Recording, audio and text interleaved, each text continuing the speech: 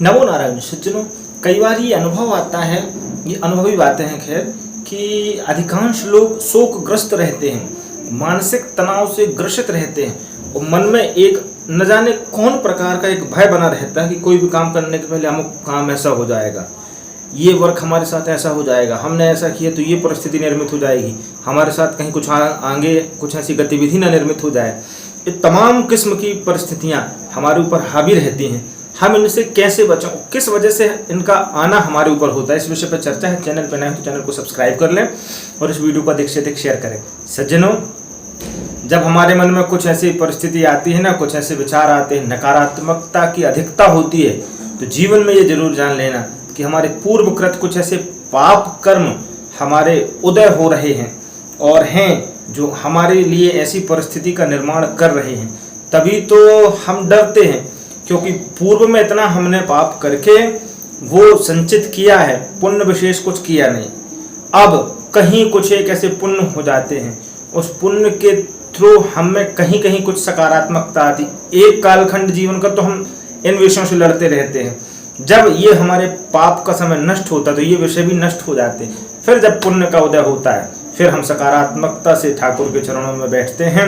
सच्ची श्रद्धा, सच्ची निष्ठा हम जीवन में रखते हैं। जब तक नहीं रख पाते तो ये जरूर जानना कि हमसे हमारे पाप कर्मों का उदय हो रहा है। इसमें भी इस समय डरते हैं, तो डरने का कारण रहता है कि हमारे द्वारा किसी कालखंड में कुछ ऐसा काम हो गया है, जाने अथवा अनजाने, तभी तो वो अंदर से हमको प्रेशर करते हैं।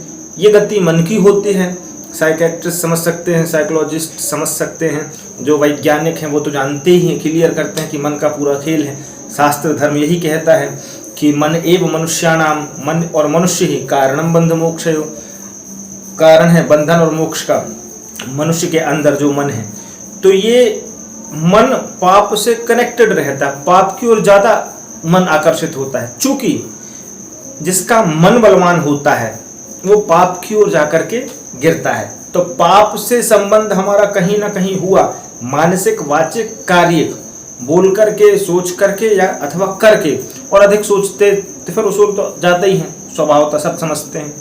तो कुल मिलाकर के संबंध क्या निकला कि हम जब भी पूर्व कृत में पाप से जुड़े हैं तो यहाँ सकारात्मकता हमको मिलेगी नहीं और नकारात्मकता विशेष रहेगी। शोकग्रस्त रहते हैं इस जन्म में, उसी जन्म के परमाणु द्वारा हम मन को गिराए बैठे रहते हैं। हम यदि जे फार्मूला समझ लें कि इसको दबाया जा सकता है, इस पर प्रकाश ज्ञान का डाला जा सकता है, और जीवन में एक बात याद रखें, ज्ञान प्राप्ति भगवान की कृपा से होती है, पर ज्ञान को जीवन भर पचा पाना ये हमारी बुद्धि निर्धारित करती है।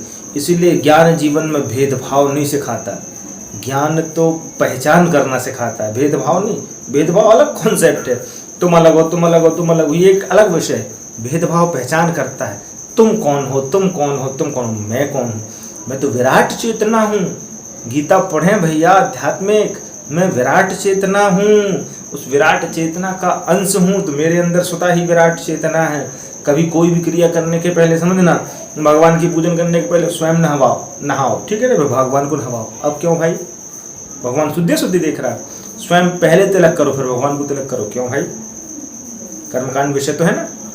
तो अंतस्तः सर्वभूतानाम, हमारे जो अंदर है, हम जब उसको पहचान लेंगे तो शोक का प्रश्न ही नहीं उठता। पुण्य पुरुष का मही सुख छाई, आकांक्षाएं शोक देती हैं। आकांक्षा, आशा जो है शोक देती है। आशा ही परमम दुखम, नैराश्यम परमम सुखम।